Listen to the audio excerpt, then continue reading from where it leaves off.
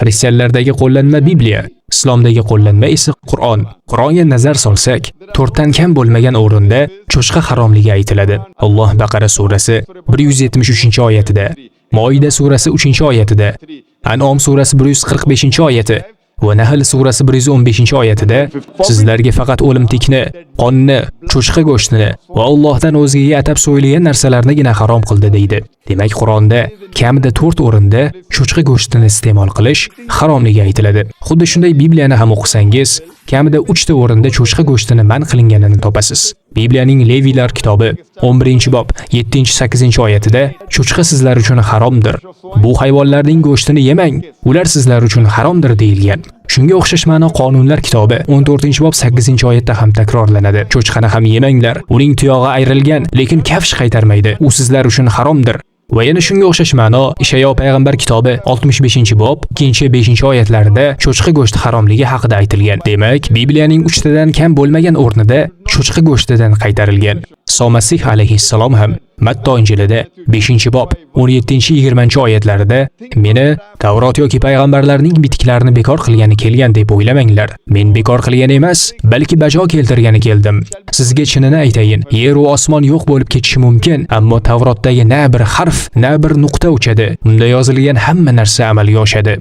Xristian sifatida agar Injilga ishonsangiz, cho'chqa go'shtini iste'mol qilish siz uchun taqiqlangan, harom hisoblanadi. Agar musulmon bo'lsangiz va Qur'onga ishonsangiz ham xuddi shunday.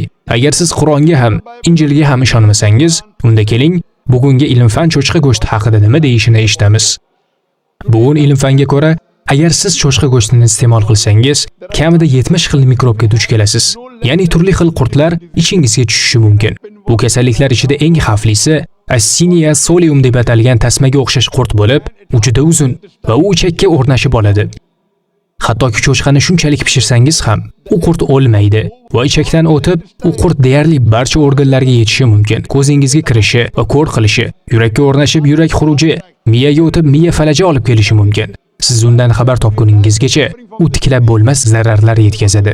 Undan tashqari, bugungi ilm-fan yana shuni ta'kidlaydiki, siz cho'chqa go'shtini yeganingizda, u sizda ko'proq muskul yig'ishdan ko'ra ortiqcha yog'larni yig'adi.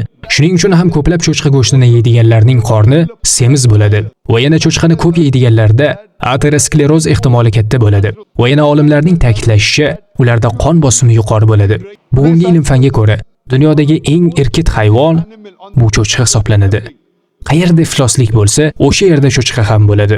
Va yana cho'chqa yerdagi eng uyatsiz hayvondir. Ilm-fanga ko'ra bugungi kunda cho'chqa eng uyatsiz hayvon, ya'ni u o'z juftini boshqa cho'chqa bilan aloqasini ko'rib zavq oladi. Shunday bir ilmiy gap bor. Cho'chqani iste'mol qil va cho'chqadek yasha.